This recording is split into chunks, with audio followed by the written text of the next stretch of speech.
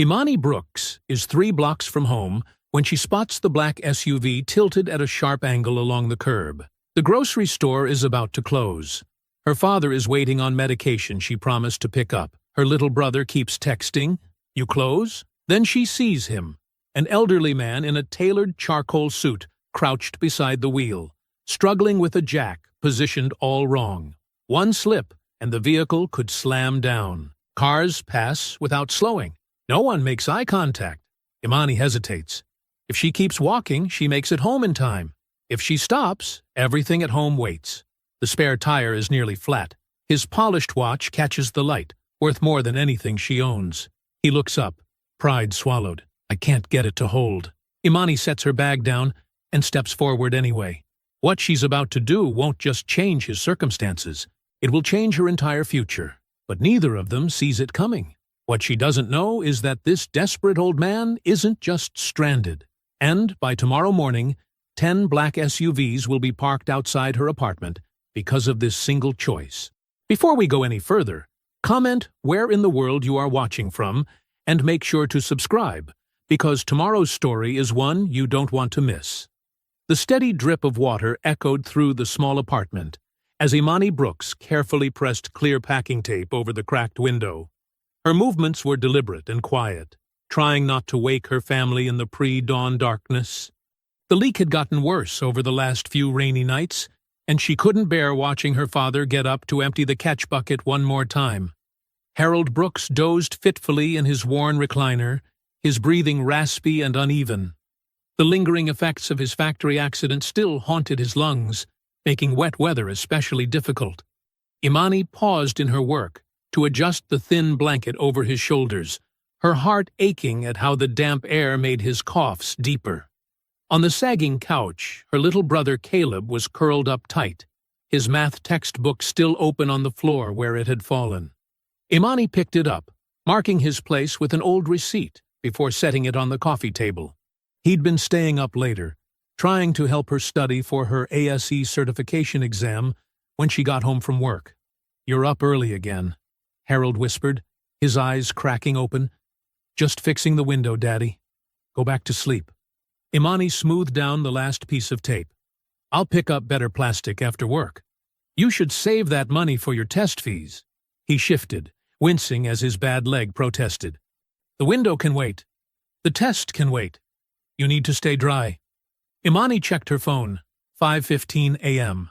Time to get moving if she was going to walk to work. She changed into her work uniform in their tiny bathroom, careful of the dripping ceiling corner. The red polo shirt with Mike's Tire and Auto emblazoned on the pocket was starting to fade, but it was still presentable. Imani pulled her hair back into a neat bun, checking her reflection critically. She had to look extra professional. Customers already doubted her enough just for being a woman in the shop. After a quick breakfast of dollar store oatmeal, Imani shouldered her backpack. It was heavy with her study materials and basic tools. She never knew when a neighbor might need help. She tucked her precious $23 deeper into her pocket, already planning how to stretch it at the grocery store's evening discount hour. The walk to work took nearly an hour, but every dollar saved on bus fare meant one more item in their cart. The streets were quiet this early, streetlights still glowing against the gray dawn. Imani kept a steady pace, mentally reviewing diagnostic procedures as she walked.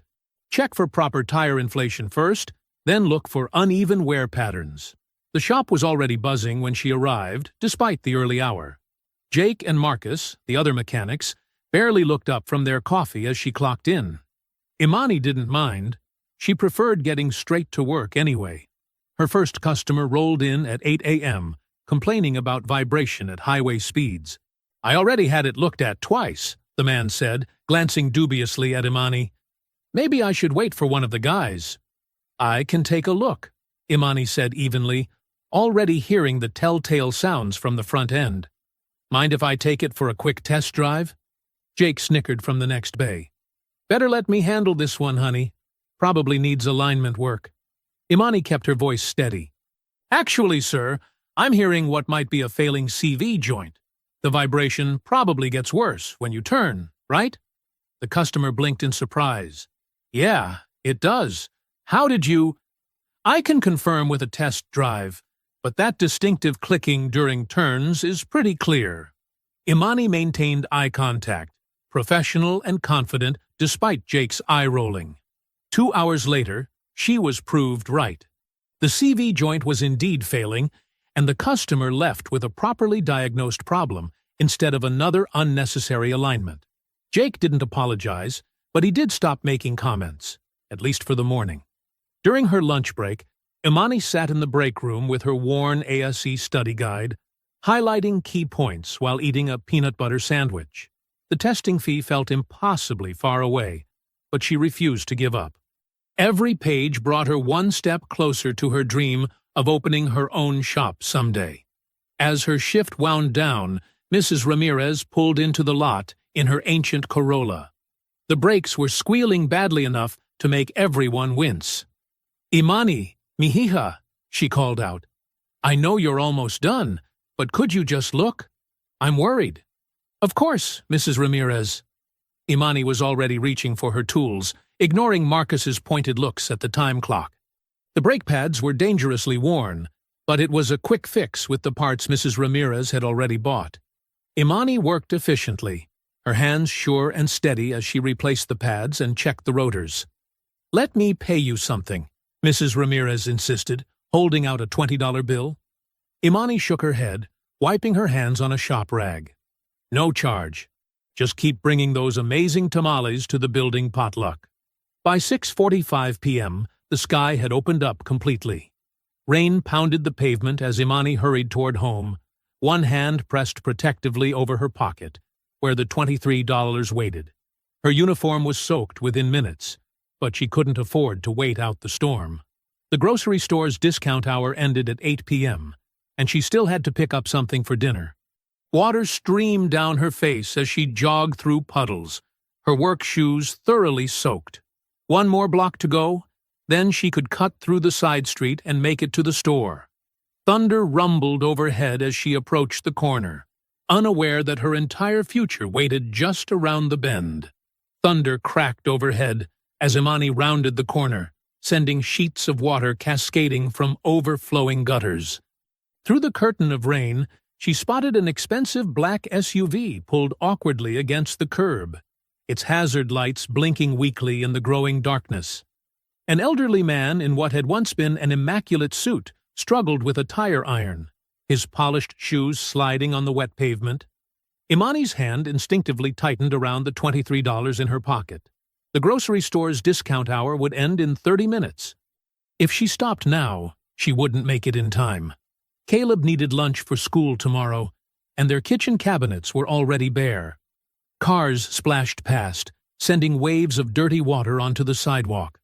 Not a single vehicle slowed. The old man's white hair was plastered to his forehead as he fought with the tire iron, his movements becoming increasingly frustrated. Imani took a step forward, then hesitated. Her stomach twisted with indecision. The man probably had roadside assistance he could call. People like him always did. But something about his determined struggle, despite his obvious discomfort, tugged at her conscience. A passing truck sprayed water across the scene, and Imani watched the elderly man stumble backward, barely catching himself. That decided it. She couldn't walk away, not even for groceries. "Sir?" she called out, approaching carefully so as not to startle him. "Do you need some help?" He straightened up, water dripping from his tailored jacket. Despite his disheveled appearance, his eyes were sharp and alert. "I appear to be making rather a mess of this," he admitted, gesturing to the flat tire. "William Whitmore," he added, extending his hand. Imani shook it briefly, noting his firm grip. "I'm Imani Brooks. I work at Mike's Tire and Auto." She knelt to examine the situation, ignoring how the rain soaked through her already damp uniform pants. "Your jack isn't positioned correctly. It could slip in these conditions." Without waiting for permission, she reached into her backpack and pulled out her own small jack. The metal was worn but reliable, like everything else she owned. Her hands moved with practiced efficiency as she positioned it properly under the frame. "You carry your own equipment?" Whitmore asked, watching her work. "Basic tools. Imani replied, focusing on getting the lug nuts loose. They were on too tight. Someone at the last service center had probably used an impact wrench without considering that the owner might need to change a tire manually. Always good to be prepared. The rain continued to pour as she worked, but Imani barely noticed. This was what she knew, what she was good at. Her movements were sure and practiced, even in the dim light and terrible weather. When she had the flat tire off, she examined the spare critically. "This is pretty underinflated," she observed, pulling her portable pump from her backpack. "You'd risk damaging it if you drove on it like this." "You're very thorough," Whitmore commented, holding his umbrella over her as she connected the pump. Imani shrugged, watching the pressure gauge. "No point in doing a job halfway." The pump hummed steadily as she brought the tire up to proper pressure. "But you should know. I noticed some uneven wear on your other tires. Your rear axle alignment is off." She mounted the spare tire, double-checking the lug nuts to ensure they were properly cross-tightened. Her fingers were getting numb from the cold rain, but she didn't rush. Every step mattered, especially in these conditions. "Where did you train?" Whitmore asked as she packed up her tools. "YouTube, mostly," Imani admitted, wiping her hands on her soaked uniform. "And watching. You pick things up if you pay attention." Whitmore studied her for a long moment, his expression thoughtful. "Indeed you do." He reached into his jacket and produced a simple white business card. It contained only his name, no company information or contact details. "You have rare instincts, Miss Brooks." Imani accepted the card automatically, too aware of the time she'd lost to really process the compliment. The discount hour at the grocery store would be over now. She'd have to figure out how to stretch their food another day. "Thank you for stopping," Whitmore said formally. Not many would have, in this weather. "Anyone would have helped," Imani replied, though they both knew that wasn't true. The steady stream of passing cars had proved otherwise. She shouldered her backpack, now even heavier with wet tools, and turned to leave. The rain had finally begun to slack off, but it didn't matter much. She was soaked through. Her work shoes squished with every step as she walked away, leaving Whitmore standing beside his newly changed tire. The $23 felt like it was burning a hole in her pocket. Maybe if she hurried, she could still catch the store manager and explain why she was late. But she knew it was unlikely. Rules were rules, and the discount hour waited for no one. Still, as she picked up her pace, she couldn't bring herself to regret stopping. Some things were more important than money, even when you had almost none to spare. The morning sun had barely warmed the cracked concrete of the apartment complex when the deep rumble of multiple engines shattered the usual quiet. Imani was at the kitchen counter, spreading the last of their peanut butter on toast for Caleb's breakfast, when the sound made her pause. "What's that noise?" Caleb rushed to the window, his school backpack forgotten by the door. His eyes widened. "Whoa! Dad! Imani! You have to see this!" Harold Brooks shifted in his recliner, grimacing as his bad leg protested the movement. "What's going on out there?"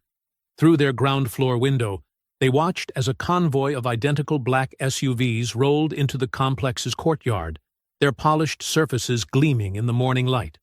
One by one, they parked in a precise formation, taking up most of the available space. 1, 2, 3, Caleb counted excitedly. 10! There are 10 of them!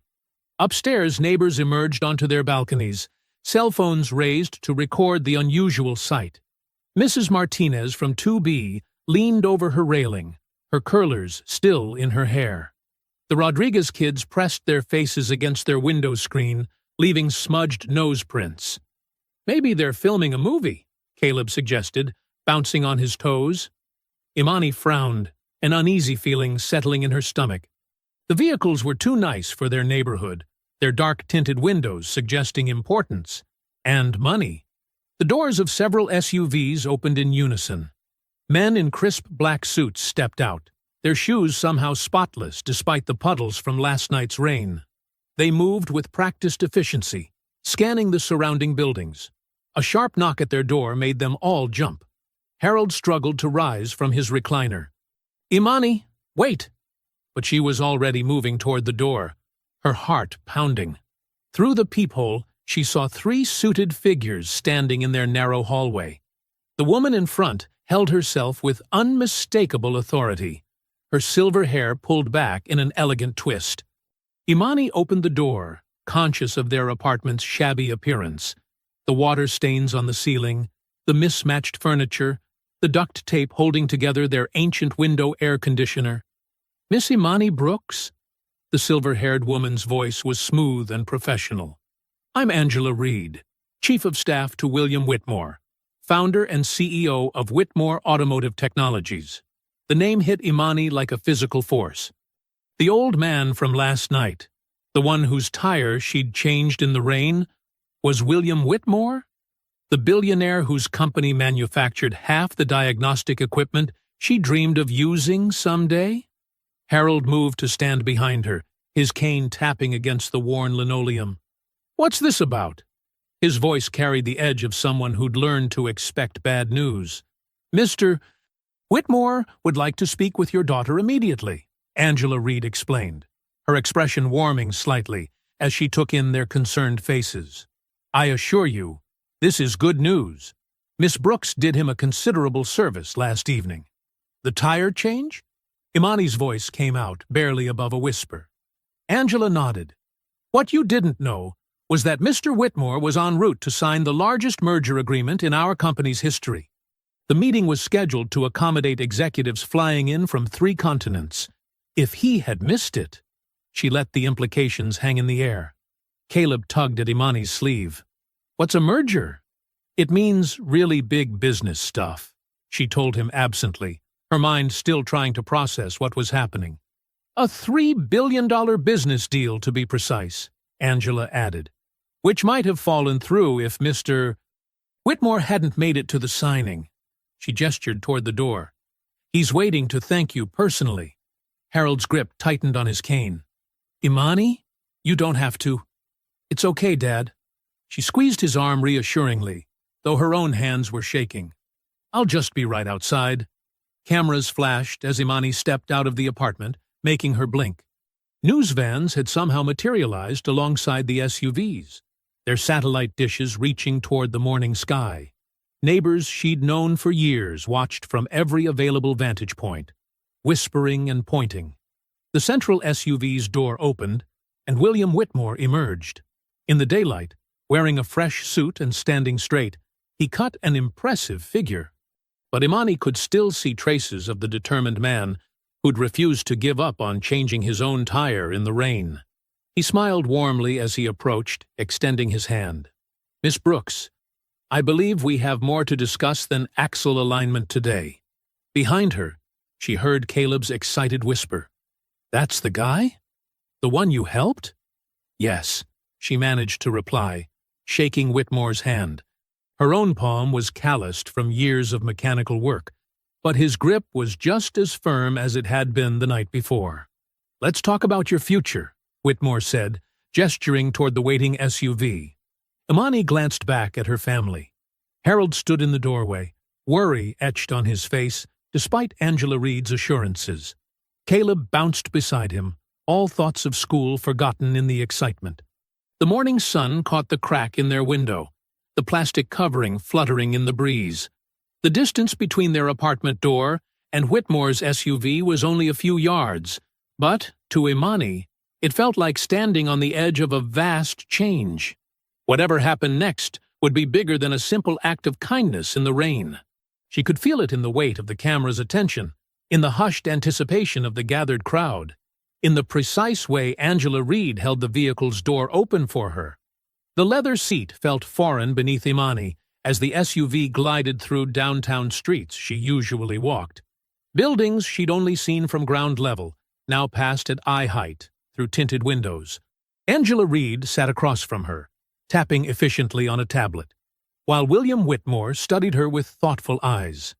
"Tell me," Whitmore said, breaking the contemplative silence, "how did you learn to diagnose an axle issue? Just by watching a car pull over?" Imani's hands twisted in her lap. "The way the tire wore on one side, plus the angle of the vehicle when it settled. She paused, then added, I've been fixing cars since I was 12. You start to notice patterns. Self-taught? When she nodded, Whitmore's eyes crinkled with approval. So was I, at first. Did you know my first job was changing tires at a service station in Ohio? Imani's eyes widened. Really? Minimum wage, endless shifts, hands always covered in grease. He rolled up his sleeve, revealing a long scar along his forearm. Got this from a timing belt that snapped while I was leaning over the engine. But I loved every minute of it. The work felt honest. The city fell away outside as they merged onto the highway. Gleaming office towers rose in the distance. The difference between you and me, Whitmore continued, is that I had opportunities. A mentor who saw potential. Scholarships. Open doors. He leaned forward. That's why I'm here.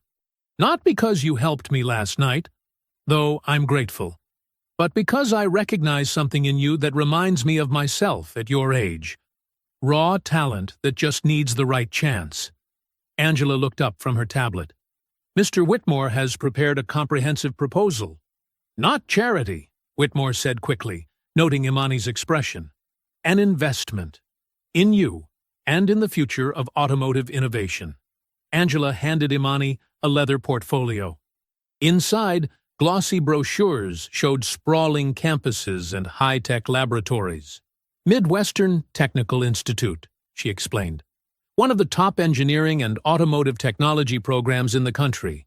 Full scholarship, including housing and materials. Imani's fingers trembled as she turned the pages. The yearly tuition listed made her dizzy. More money than her family saw in 3 years. There's more, Whitmore said. A paid internship in our innovation division during breaks. Real projects, real responsibility. And, he glanced at Angela, who produced another document. Full medical coverage for your father, Angela said softly, including specialized physical therapy and pain management. The best specialists in the state. Imani's throat tightened. She thought of her father, trying to hide his pain each morning, refusing to take pills because they couldn't afford refills. Why? She managed to ask. Why all this? Whitmore's expression grew serious. Because talent isn't enough anymore.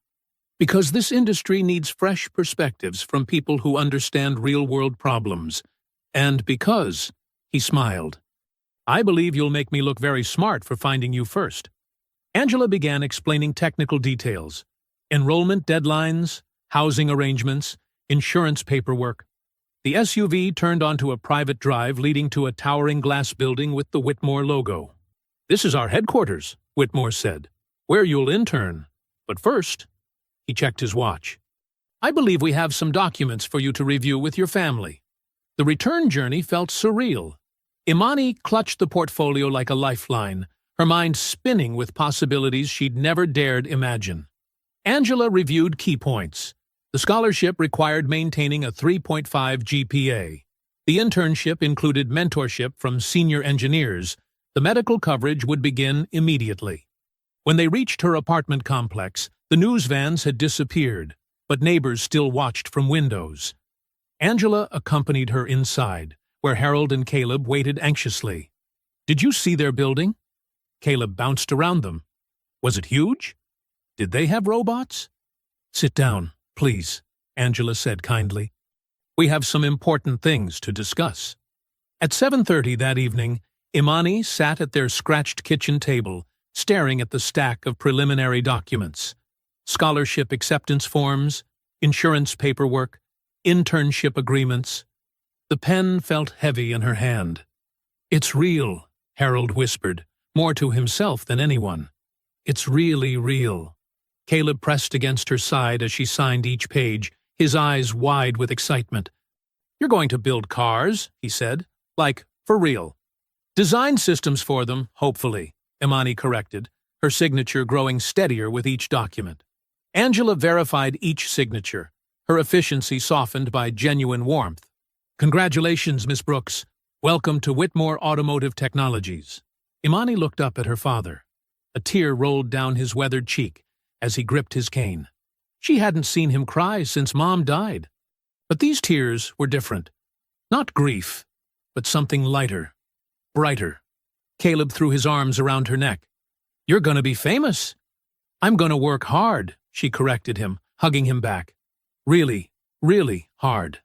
"Like you always do," Harold said softly. Angela gathered the signed documents into her briefcase. Through the cracked window, the plastic covering stirred in the evening breeze. But for the first time, Imani didn't see it as a sign of what they couldn't fix. Instead, she saw it as the last reminder of the life they were leaving behind. A life where dreams stayed dreams and breaks never came. Hope had arrived at their door in a fleet of black SUVs, wearing suits and carrying contracts. But it had really begun the night before, with a simple choice to help a stranger in the rain. The gleaming glass tower of Whitmore Automotive Technologies stretched toward the morning sky like a crystal spear. Imani stood at its base, her worn backpack feeling out of place against the polished marble entrance. She smoothed her new blazer, purchased yesterday evening in a rushed trip to the department store, and took a deep breath. The revolving door whispered as she stepped into a soaring lobby. Water trickled down metallic walls, while screens displayed sleek vehicles gliding through city streets. Angela Reed waited by the security desk, clipboard in hand. "Good morning, Miss Brooks." Angela's smile was warm but professional. "Ready for your first day?" Imani nodded, trying to project confidence she didn't quite feel. The security guard handed her a temporary badge with her photo, taken yesterday during the whirlwind of paperwork. As they crossed the lobby, conversations hushed. Employees in tailored suits paused their morning routines to watch. Imani heard fragments of whispers. "Tire Girl," and "Whitmore's charity case." The elevator rode smoothly to the 42nd floor. Angela filled the silence with orientation details, building access protocols, cafeteria locations, IT setup. But Imani noticed how other passengers studied her reflection in the mirrored walls. The executive floor opened into an expanse of glass and steel. Workstations held floating screens displaying complex diagrams. Engineers huddled around holographic projections of engine components. "The Innovation Division," Angela explained, "where we shape the future of automotive technology." A tall man in a charcoal suit approached, his expression carved from granite. "Ah, our new intern." His tone made the word sound like an insult. "Victor Lang, Senior Engineering Director," Angela introduced. "Mr. Lang oversees all technical development." Lang's handshake was brief and cold. "I understand you have experience changing tires?" Heat crept up Imani's neck, but she met his gaze.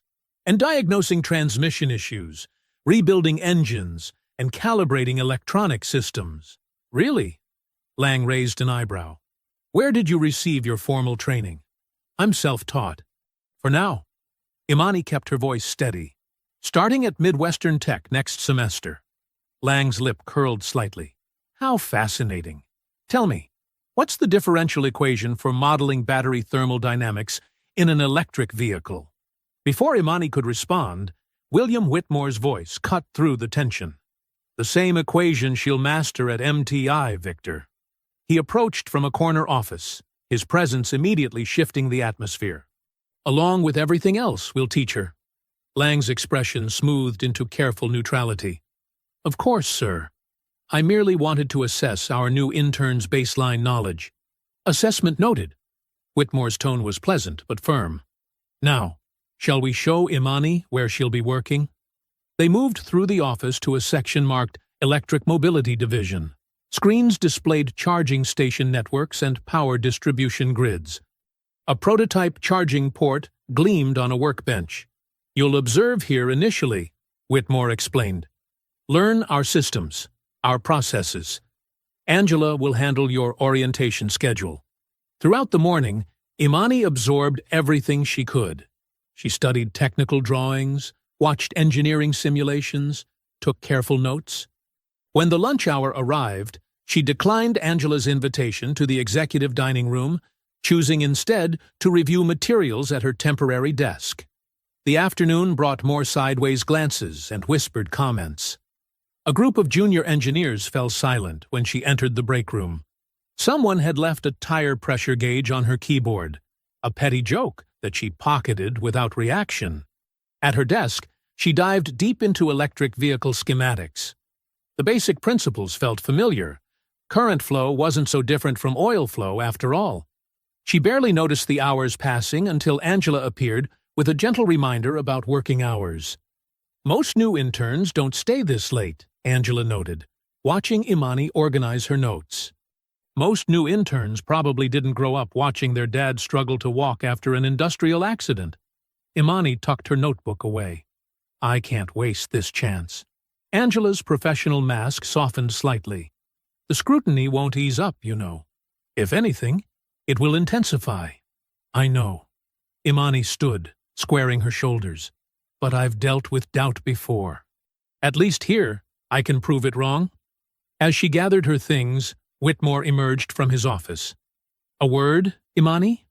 In his office, floor-to-ceiling windows offered a stunning view of the sunset-painted city. Whitmore settled behind his desk, studying her thoughtfully. How was your first day? Educational, Imani answered carefully. And the welcome? About what I expected. Whitmore nodded slowly. Victor Lang is brilliant, but traditional. He believes talent only comes with degrees and pedigrees. He leaned forward. Do you know why I really offered you this opportunity? Because I helped you with the tire? Because you showed initiative without seeking reward? Because you diagnosed problems others missed? Because you have the one thing degrees can't teach? Instinct. He stood, walking to the window. This company began with a mechanic's dream to make diagnostics accessible to everyone. Sometimes I worry we've forgotten that. He turned back to face her. There will be pressure to shrink yourself, to apologize for your presence. Don't. The words hit home, addressing fears Imani hadn't voiced. She thought of her father, who never let injury break his spirit. Of her mother, who taught her pride came from effort, not ease. I won't, sir. Good. Whitmore smiled. See you tomorrow, then. Imani left his office with her head high, ignoring the lingering stares from the few employees working late. Tomorrow would bring more challenges, more doubts to overcome. But she had fought her way this far. She wasn't about to back down now. The elevator carried her down through the levels of glass and steel, past floors of people who questioned her belonging. Let them question. She knew exactly why she was here, and she intended to prove it.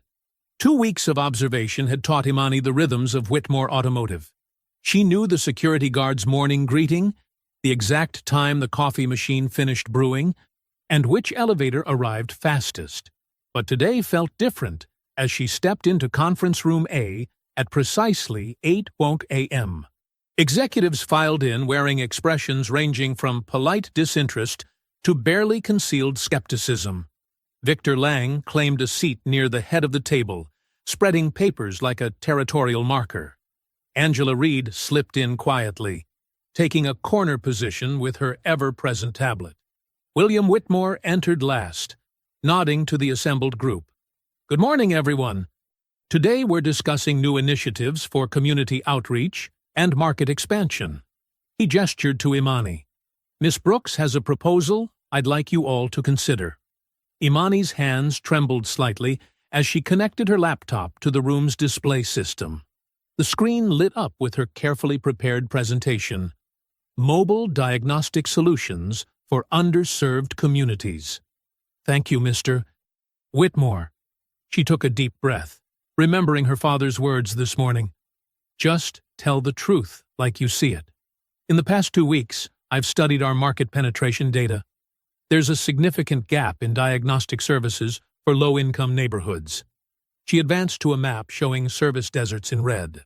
These areas have the highest concentration of older vehicles requiring maintenance, but the lowest access to certified mechanics or diagnostic equipment. Victor Lang's pen tapped against his notepad. We're well aware of these demographics, Miss Brooks. They simply don't support profitable service centers.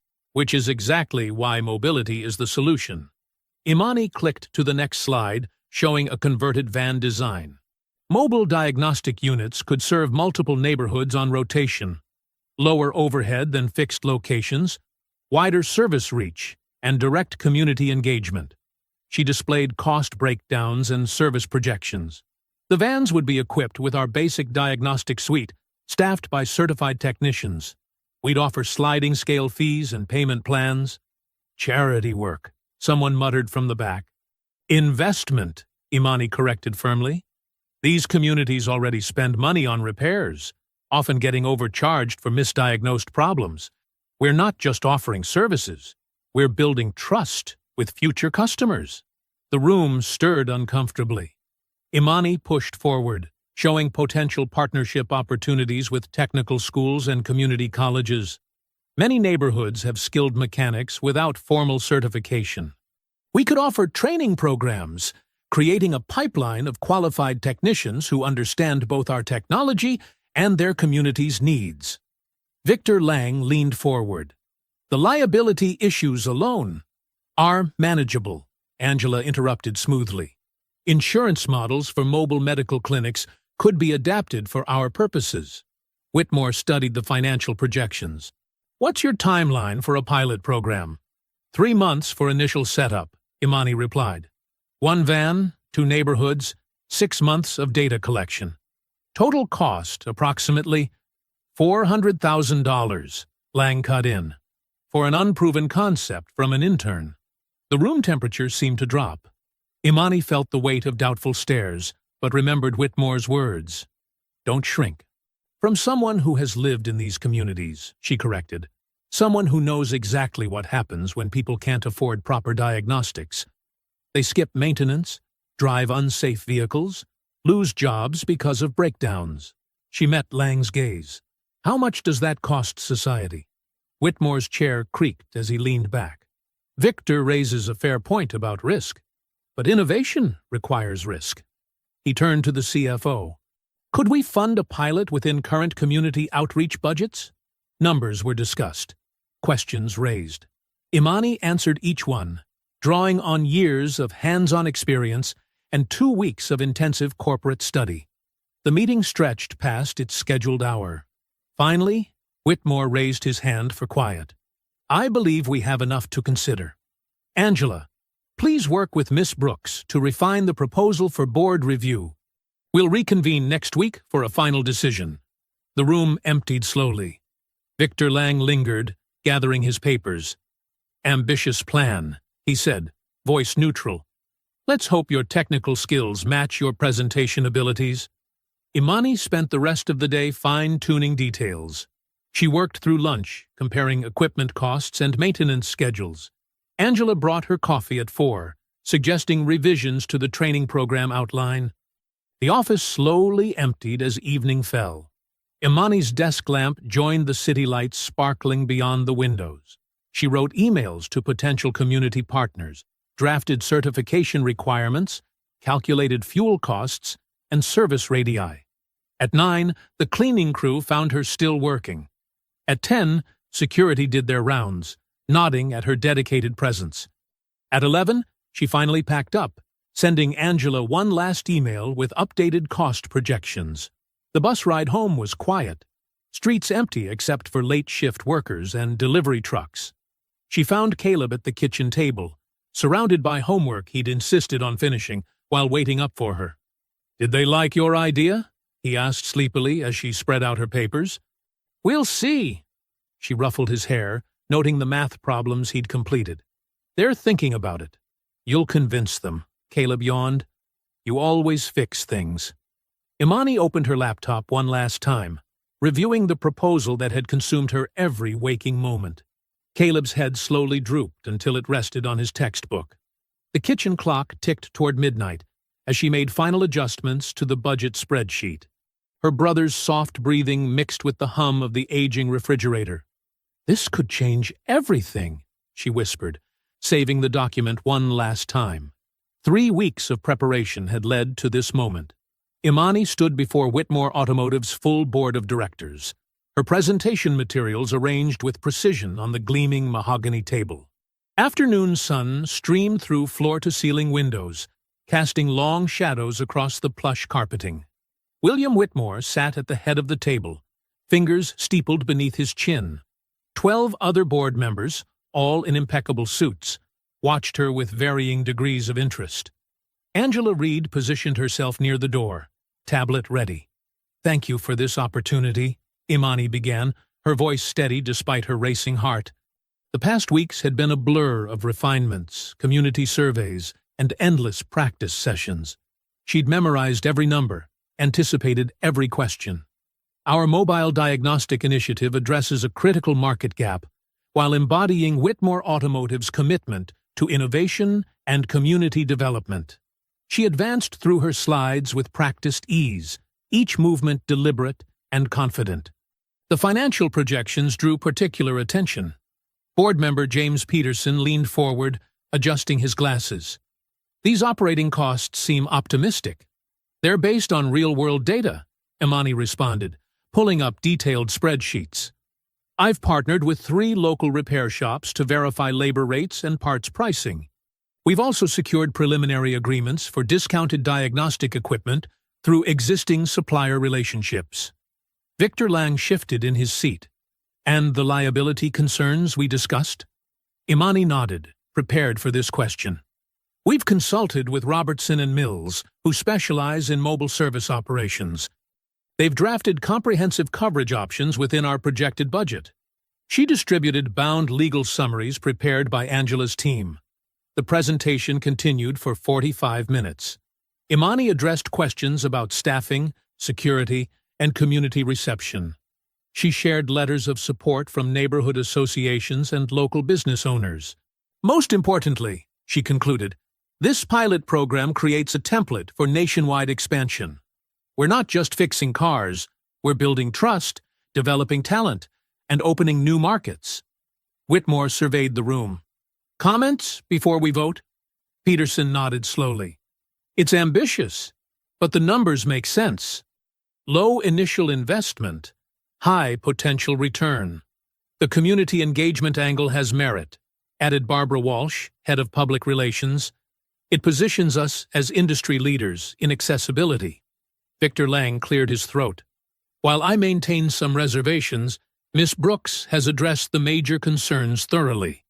The vote was called. Hands raised one by one. When the final count was tallied, Angela's tablet chimed softly as she recorded the result. "Congratulations, Miss Brooks," Whitmore announced. "Your pilot program is approved. Initial funding will be released next week." The room burst into polite applause. Board members gathered their materials, several approaching to shake her hand. Barbara Walsh lingered to discuss press opportunities. "We'll announce this afternoon," Walsh explained. "The local success story angle is perfect. Young innovator gives back to her community. Would you be comfortable with some interviews?" Before Imani could respond, her phone buzzed. A text from the Midwestern Technical Institute. Her scholarship paperwork was finalized. She showed the message to Angela, who smiled warmly. "Perfect timing," Angela said. "Everything's falling into place." The next few hours passed in a whirlwind. She sat for photographs in front of the Whitmore logo, answered preliminary interview questions, and reviewed press release drafts. Her email filled with congratulatory messages from throughout the company. At 5 o'clock, she left the office to meet her father at his first advanced therapy session. The rehabilitation center was worlds away from their usual clinic, all modern equipment and attentive specialists. Harold Brooks sat straighter in his wheelchair, pride evident in his expression. "They say I might walk without the cane in 6 months," he told her, eyes bright with hope. "Proper therapy makes all the difference." The physical therapist worked with Harold for an hour, demonstrating exercises that would have been impossible without the new coverage. Imani watched, throat tight with emotion, as her father moved with growing confidence. Later that evening, back in their apartment, Caleb helped her scroll through news websites. Her story was everywhere. Rising innovator revolutionizes auto diagnostics. Whitmore Automotive launches community initiative. Local talent sparks industry innovation. "You're famous!" Caleb exclaimed, pointing at a particularly flattering photo. "Hardly," she laughed, but couldn't help feeling proud. Comments under the articles were largely positive, praising Whitmore's investment in community talent. Harold dozed in his recliner, therapy session papers clutched in his hand. The TV murmured softly in the background, local news celebrating a hometown success story. At 10 o'clock, Imani sat cross-legged on her bed, still reading coverage of the day's events. Her phone buzzed constantly with messages from former classmates and neighbors. Even her old high school automotive teacher had emailed congratulations.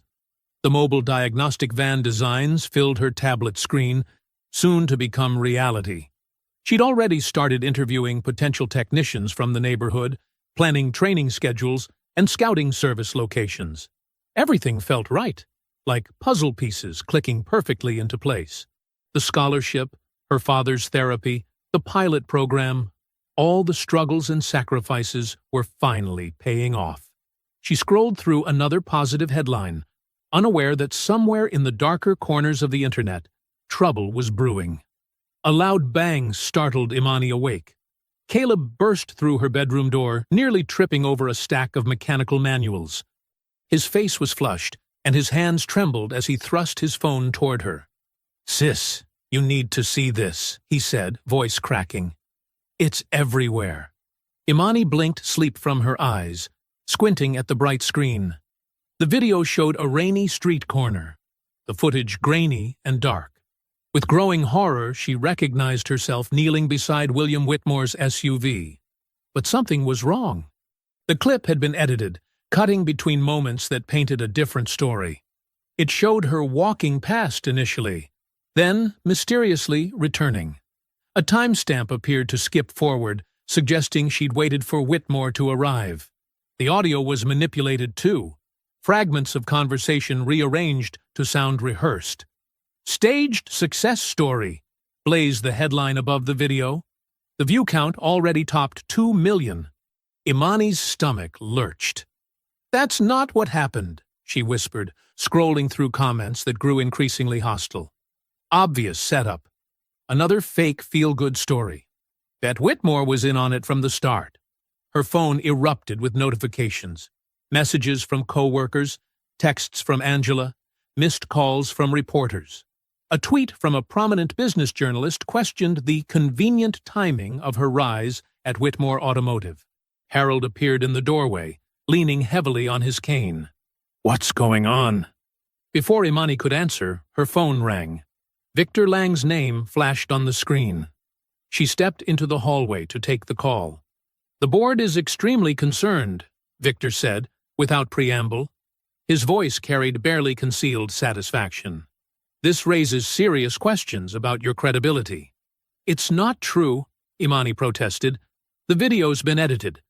I can prove." "The damage is already done," Victor cut in. "Major sponsors are expressing doubts about the pilot program. They're worried about association with potential fraud." The call ended abruptly. Imani's hands shook as she opened her email. Subject lines jumped out like accusations. "Urgent. Program review required. Sponsorship status update. Press inquiry. Comment needed. Meeting cancelled. Further notice pending." Angela arrived at their apartment an hour later, her usual composed demeanor showing cracks of concern.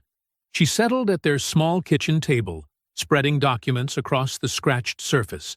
"We need to be strategic," Angela explained, tapping rapid notes on her tablet.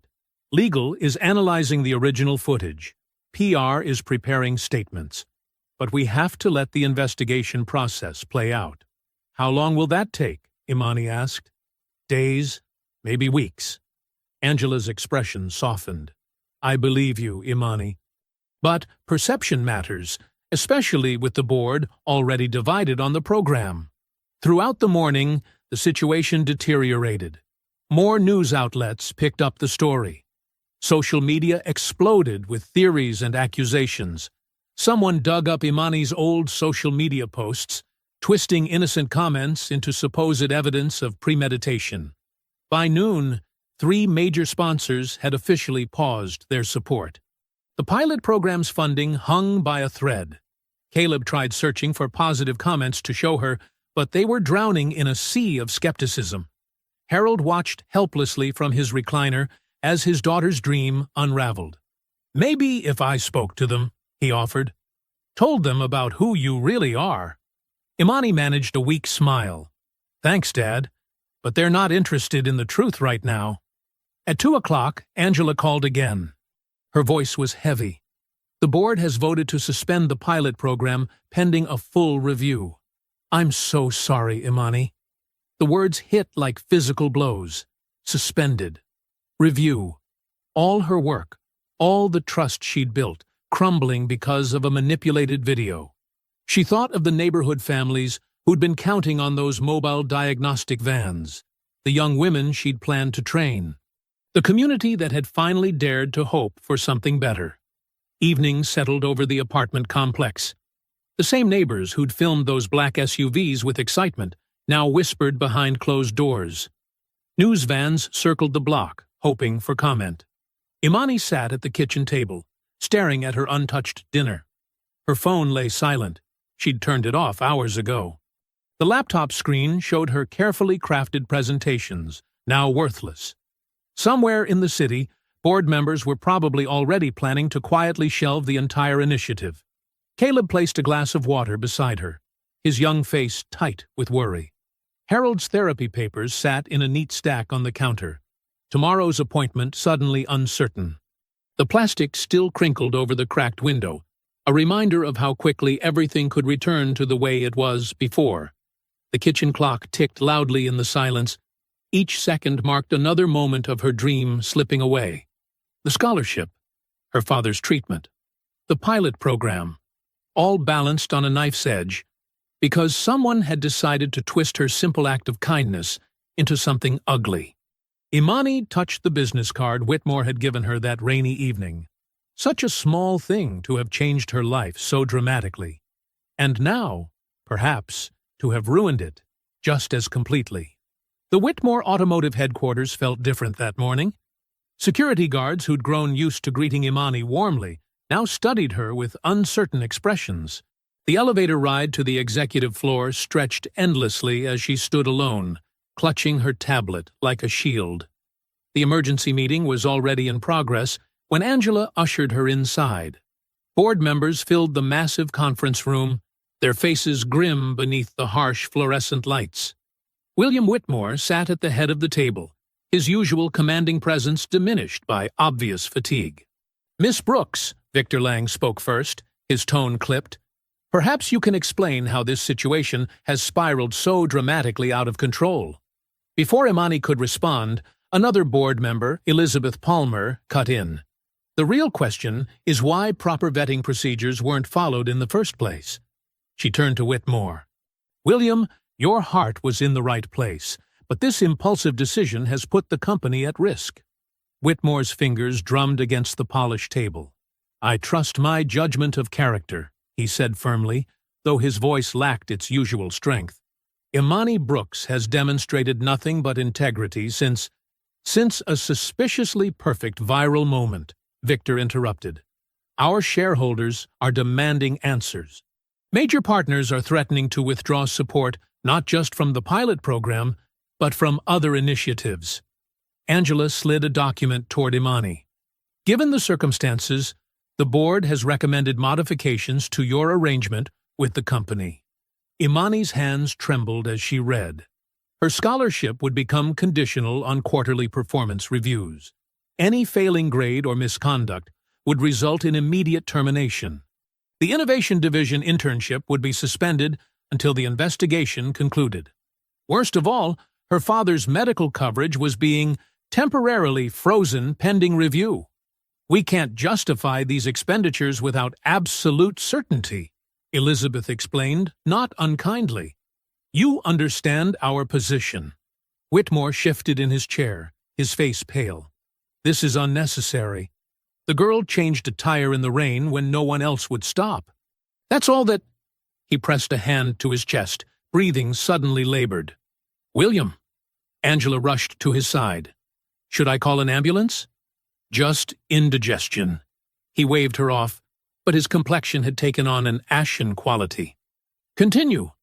Imani watched in horror as her mentor struggled. The man who'd given her a chance, who'd believed in her without question, was now suffering because of her. The weight of it all, the scandal, the suspicion, the strain on Whitmore's health, crashed down on her shoulders. "Mr. Whitmore," she said quietly, standing up, "I'd like to submit my resignation." The room fell silent. Even Victor looked surprised. "I won't let this company suffer because of me," Imani continued. "The pilot program was meant to help people, not create controversy. My presence is clearly becoming a liability." "Absolutely not!" Whitmore started to rise, then grimaced and sank back into his chair. "Please, sir," Imani pleaded, "at least let them check your heart. I'll still be here after." Angela was already on the phone with medical services. Board members exchanged concerned glances as Whitmore's breathing remained shallow. "Fine," he conceded finally, "but I'm not going to the hospital. Have them come here." The meeting dissolved into chaos as paramedics arrived. Imani slipped out during the commotion, unable to watch anymore. She gathered her few belongings from the small desk she'd been assigned, ignoring the whispers that followed her to the elevator. The day stretched endlessly. She received hourly updates from Angela about Whitmore's condition. Stable, but showing signs of stress-induced cardiac strain.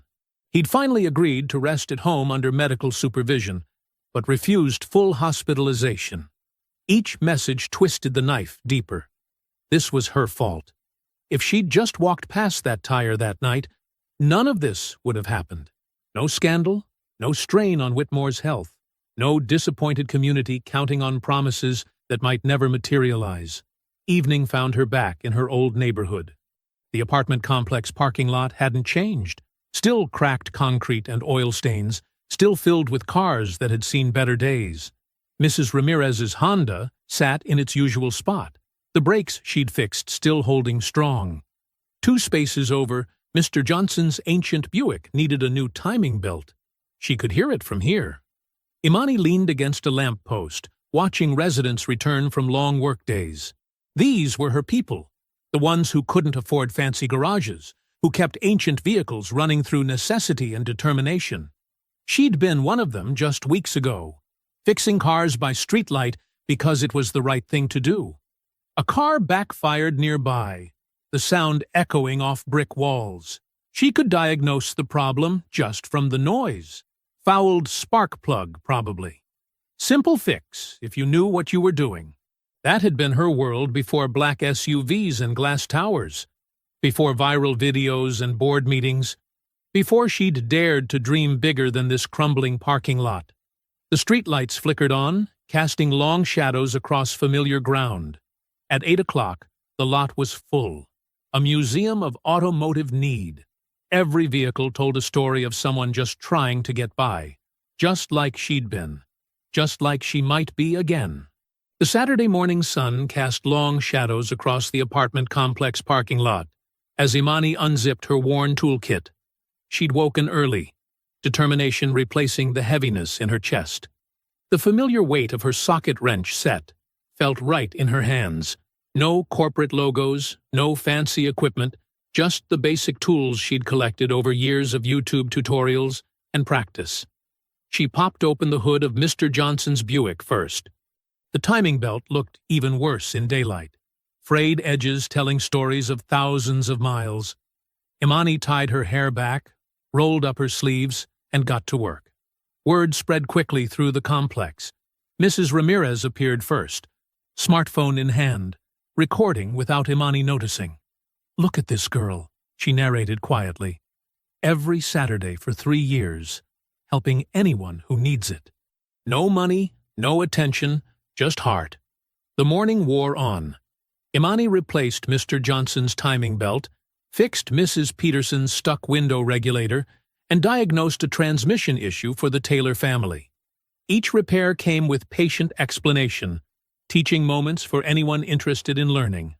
A small crowd gathered, neighbors sharing stories of times Imani had helped them before any cameras or corporate interests existed. "Remember when you fixed my alternator in that snowstorm?" Tom from Building C called out. He pulled up an old photo on his phone. Imani bundled up, hands greasy, working by flashlight in February darkness. "You wouldn't take a dime. Just ask me to help the next person who needed it." Sarah Martinez dug through her phone's gallery. "Here. This is from last Christmas." The image showed Imani teaching Sarah's teenage daughter basic maintenance.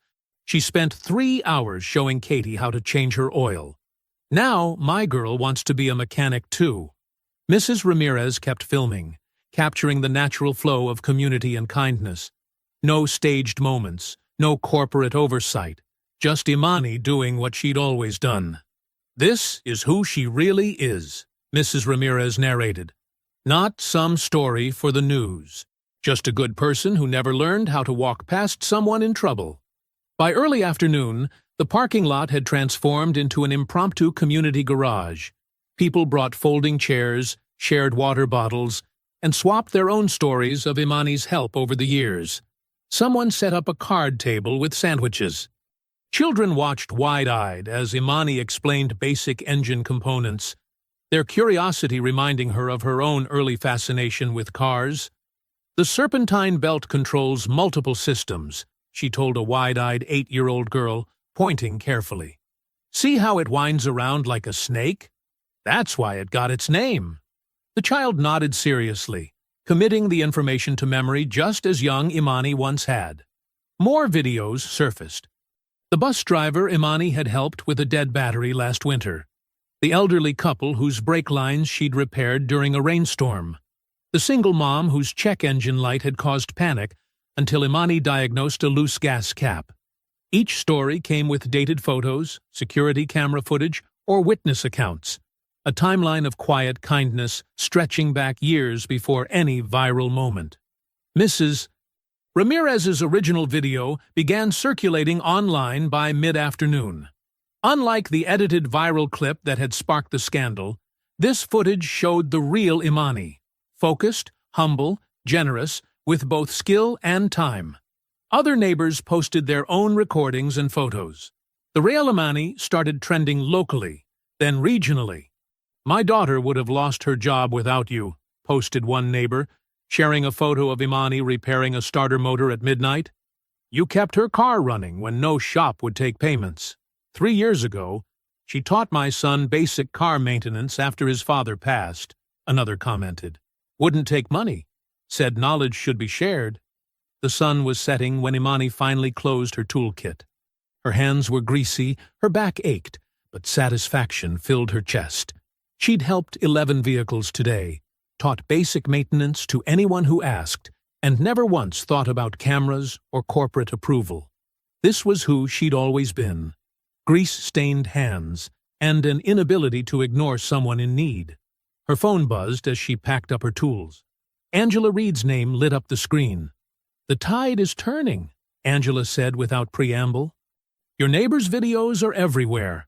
Public sentiment is shifting fast. People are asking why a corporate board would punish someone for doing exactly what made us notice her in the first place." Imani looked around the parking lot. Mrs. Ramirez was still there, talking with other neighbors. Children played between parked cars while parents discussed future maintenance lessons. This was her real legacy, not glass towers or press releases, but a community where people looked after each other. "I'm not doing this for public sentiment," Imani replied quietly. "This is just who I am." "I know," Angela said. "That's exactly why it's working."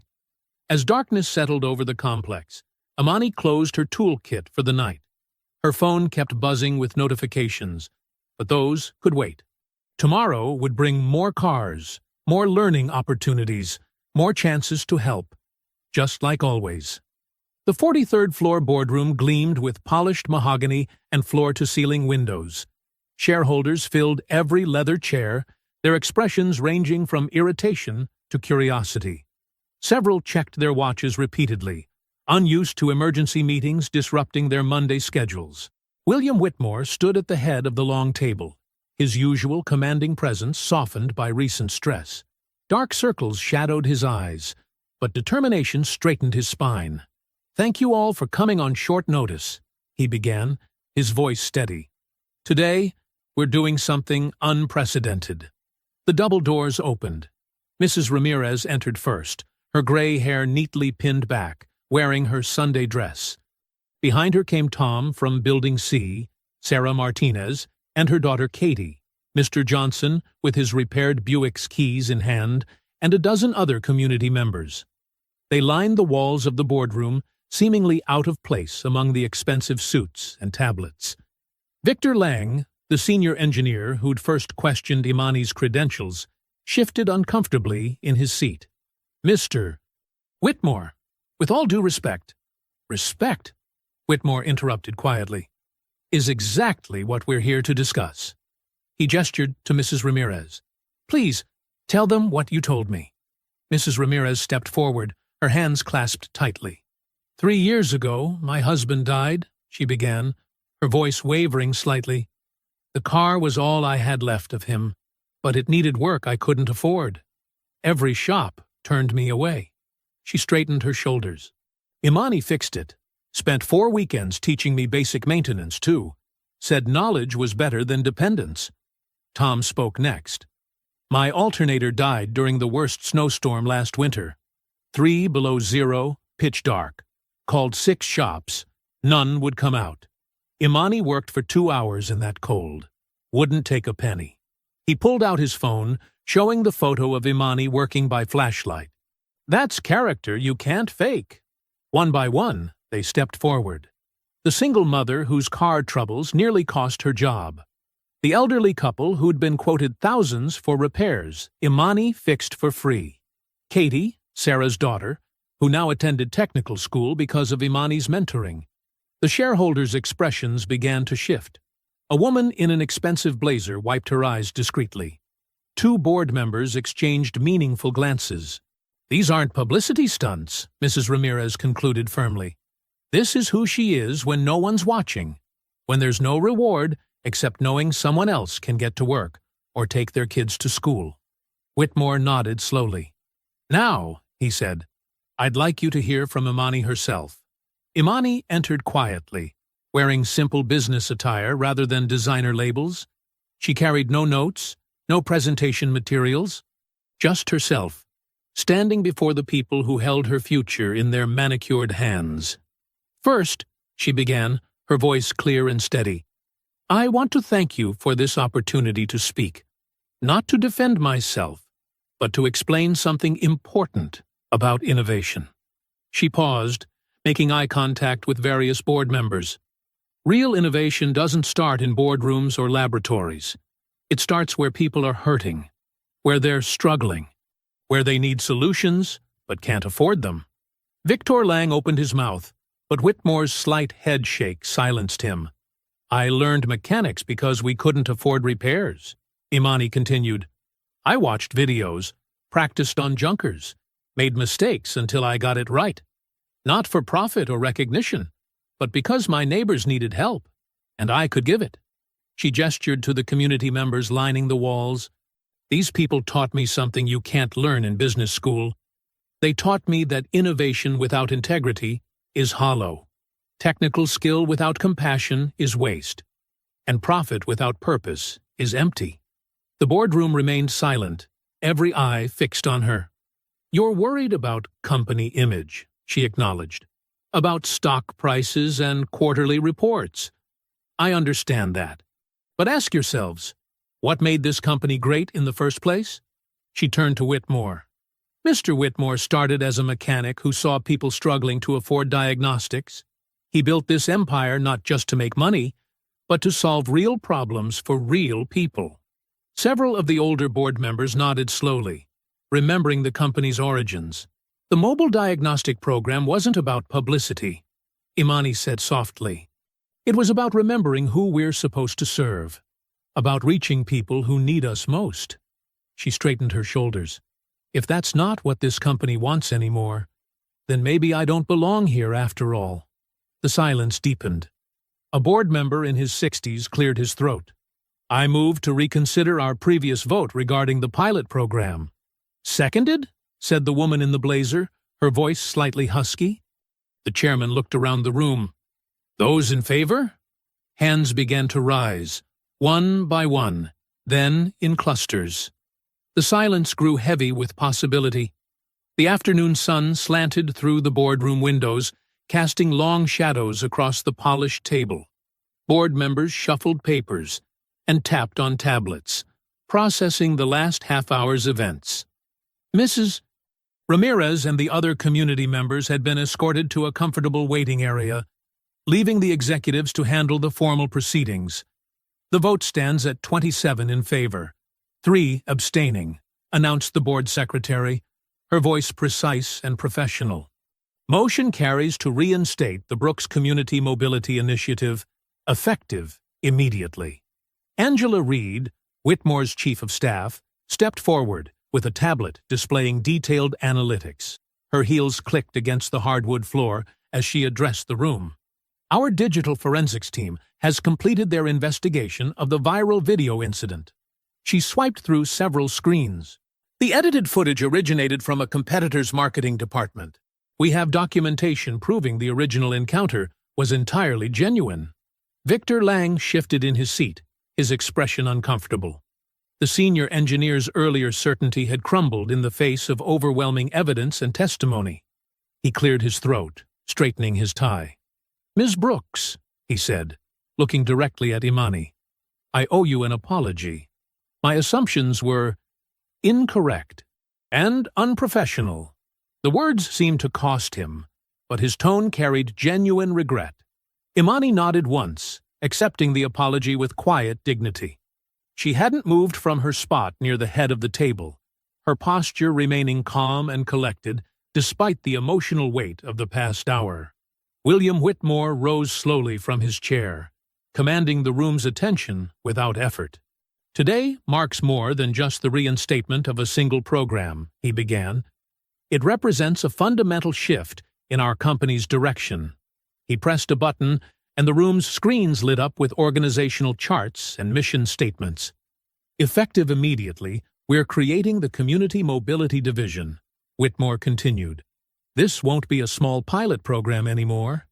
We're allocating substantial resources to revolutionize how we serve underserved communities." The screens filled with detailed plans, mobile diagnostic vans, neighborhood training centers, apprenticeship programs. Several board members leaned forward, interest piqued by the comprehensive strategy. "Our market research shows an untapped demand for accessible automotive services," Angela added, displaying revenue projections. "By combining social responsibility with innovation, we're not just doing good. We're expanding our market share in previously unreached sectors." The chairman nodded approvingly. "The numbers are compelling, and the positive PR potential is significant." "This goes beyond PR," Whitmore stated firmly. "We're returning to our company's founding principles, making automotive technology accessible to everyone, not just those who can afford premium services." He outlined the restructuring plans, new departments focused on community outreach, training programs for underserved youth, partnerships with technical schools. The mobile diagnostic vans would serve as rolling classrooms, bringing both services and education directly to neighborhoods in need. Victor Lang, perhaps seeking to rebuild his damaged reputation, raised his hand. "I'd like to volunteer my department's resources for the technical implementation," he offered. "Our diagnostic systems could be adapted for mobile deployment within weeks." The afternoon light shifted, warming the room as more details emerged. Budget allocations were discussed, timelines established, responsibilities assigned. What had started as a crisis meeting had transformed into an energetic planning session. "One final announcement," Whitmore said as the discussion wound down. "To ensure this initiative receives the attention it deserves, I'm establishing a new executive position, Director of Community Mobility Innovation." He paused, looking at Imani. "We'll discuss the details privately." The board secretary made final notes as members gathered their materials. The meeting had run long, but no one seemed to mind. There was an energy in the room, a sense of purpose restored. Even the most skeptical shareholders appeared satisfied with the new direction. Angela efficiently coordinated with various department heads, setting up follow-up meetings and action items. The massive boardroom slowly emptied, executives discussing possibilities in small groups as they departed. Victor lingered briefly by Imani's chair. "I look forward to working together," he said quietly, extending his hand. "Perhaps we can start fresh?" Imani shook his hand firmly, her response professional and measured. "I'd like that, Mr. Lang." As the last board members filed out, Whitmore gathered his papers unhurriedly. The late afternoon sun painted the city skyline in shades of gold and amber beyond the windows. He turned to Imani, his expression warming from professional to paternal. "Would you join me in my office?" he asked, gesturing toward the private elevator at the far end of the boardroom. "There are some matters we should discuss." Angela stepped forward to coordinate the logistics. "I'll ensure the community members are properly thanked and transported home," she said efficiently, "and I'll have the preliminary paperwork ready for your review within the hour." Imani gathered her simple notebook, the only item she'd brought to the meeting that had changed everything. The boardroom felt different now, less intimidating than it had just hours before. She'd found her voice here, spoken her truth. And somehow, that truth had transformed not just her future, but potentially thousands of others. Whitmore pressed the elevator call button, waiting patiently as Imani joined him. The doors opened with a soft chime, revealing the private car that would take them to his executive suite. The heavy mahogany door closed behind them with a gentle click. Whitmore's corner office spread out before them, floor-to-ceiling windows offering a panoramic view of the city bathed in late afternoon light.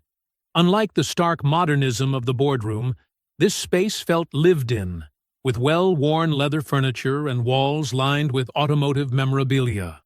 Whitmore gestured to a comfortable chair across from his desk. "Please, sit." He loosened his tie slightly as he settled into his own chair, the weight of the day evident in his movements. "Would you like some water?" "Yes, thank you," Imani replied, smoothing her skirt as she sat. She noticed a framed black-and-white photograph on his desk. A much younger Whitmore in coveralls, standing proudly next to an old pickup truck. He poured water from a crystal pitcher into 2 glasses. "That was my first restoration project," he said, following her gaze to the photograph. 1957 Chevy. "Everything I know about business, I learned from fixing that truck." He handed her a glass and settled back in his chair. "You kept working on it even when others said it was beyond saving?" Imani asked, recognizing the model. "Exactly," Whitmore smiled.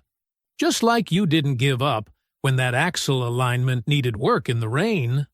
He paused, taking a sip of water. "Which brings us to why we're here." He pressed a button on his desk, and the windows gradually tinted, creating a more private atmosphere. The city lights began twinkling on in the growing dusk. "Imani, I'm stepping down as CEO of Whitmore Automotive Technologies," he stated simply. She nearly choked on her water. "Sir, I've been considering this move for some time," he continued, his voice steady. "This company needs new energy, fresh perspective. Someone who remembers why we started this journey in the first place, to help working families keep their vehicles running, to make technology accessible to everyone." He stood and walked to a wall of framed documents. "Do you know what these are?" Imani squinted at the certificates. "Patents?" "The original patents for our diagnostic systems," he confirmed. "But more importantly, they represent promises I made to myself when I started this company. Promises I fear we've drifted from in recent years." Returning to his desk, he opened a leather portfolio. "That's why I'm establishing the Brooks Community Mobility Initiative, with a $500 million endowment." Imani's hands tightened around her water glass. $500 million, yes, Whitmore finished. "And I want you to direct the apprenticeship programs, nationwide." The room seemed to spin slightly. Imani set her glass down carefully. "But I'm not even certified yet." "You'll complete your certification, of course, but certificates don't teach what you already know. Genuine care for people, natural diagnostic instinct, and unwavering integrity." He leaned forward. Which brings me to something else you should know. From his desk drawer, he pulled out a familiar-looking business card, identical to the one he'd given her in the rain. That night, when you helped me with the tire, I wasn't just testing fate. I intentionally drive an unmarked vehicle several times a month, park in various neighborhoods, and observe how people behave when they think no one important is watching. Understanding dawned on Imani's face. The merger meeting was scheduled for the following week, he confirmed with a slight smile. I've learned more about people's true character in broken-down vehicles than in any boardroom. Most people drove past. Some took photos. A few offered to call a service. But you? He shook his head in admiration. You stopped, knowing it would cost you personally. You showed expertise without arrogance. You treated me with dignity while refusing any reward. He stood again, walking to the window. The city stretched out below them, a maze of streets and lights, where countless stories like hers waited to unfold. The company needs that spirit again, he continued. Not just in one pilot program or one neighborhood, but across the country. We need to train a new generation of mechanics who understand that every broken-down car represents a family's mobility, a parent's job, a child's education. Imani absorbed his words, her mind racing with possibilities. The mobile diagnostic vans could be just the beginning, she said thoughtfully. We could partner with community colleges, create scholarship programs, set up apprenticeships in underserved areas. Exactly. Whitmore nodded approvingly. The endowment will fund infrastructure, but the vision, that needs to come from someone who understands the real impact of what we're doing. He returned to his desk and pressed another button. Angela entered promptly with a thick folder of documents. These are the preliminary papers establishing the initiative, she explained, setting them on the desk. The legal team will walk you through everything tomorrow. For now, you just need to know the broad strokes. Imani stared at the folder, her father's voice echoing in her memory.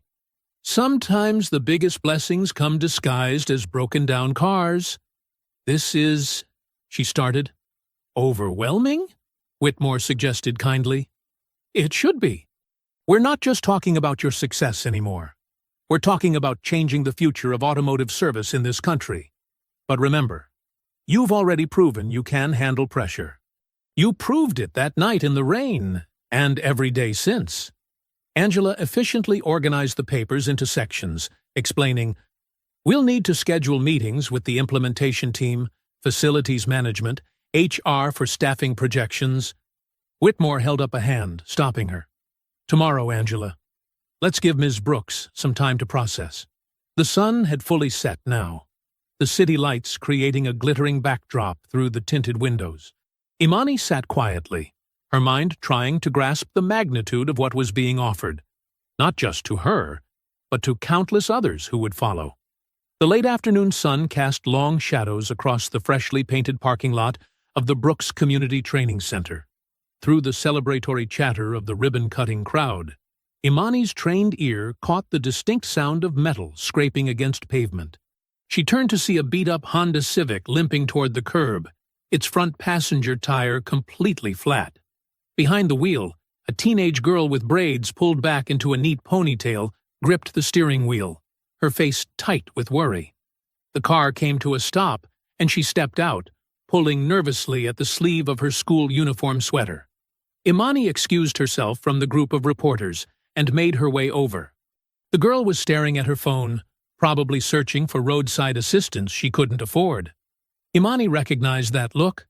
She'd worn it herself not so long ago. Having some trouble? Imani asked, her voice warm and steady. The girl jumped slightly, then nodded.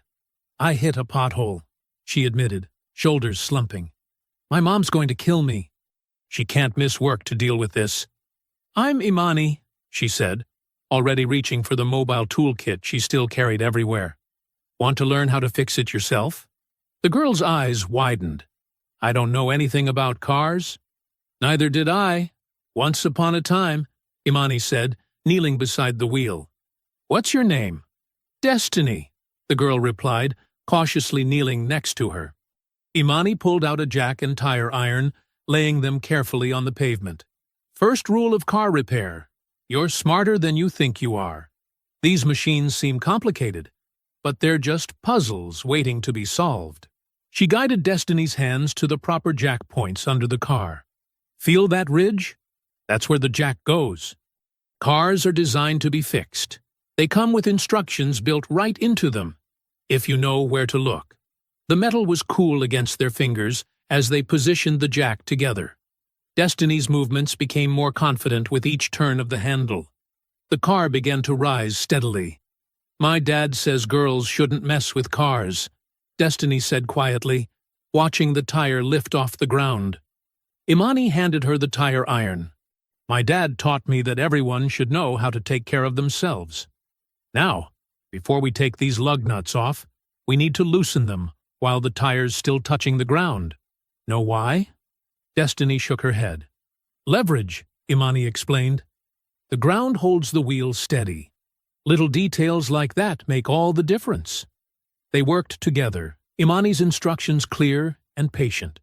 She showed Destiny how to brace herself for maximum torque, how to keep track of the lug nuts so none would roll away. The old tire came off smoothly, revealing a rusty spare in the trunk. "This spare's seen better days," Imani observed, checking the pressure with her gauge. "But we can make it work until you get a proper replacement. Always check the pressure. An underinflated spare can be dangerous." The crowd from the ribbon cutting had mostly dispersed. Through the training center's windows, Imani could see her father showing a group of young women around the diagnostic equipment. Caleb was at his computer station, probably already updating their database. But here in the parking lot, it was just two people and a car that needed fixing.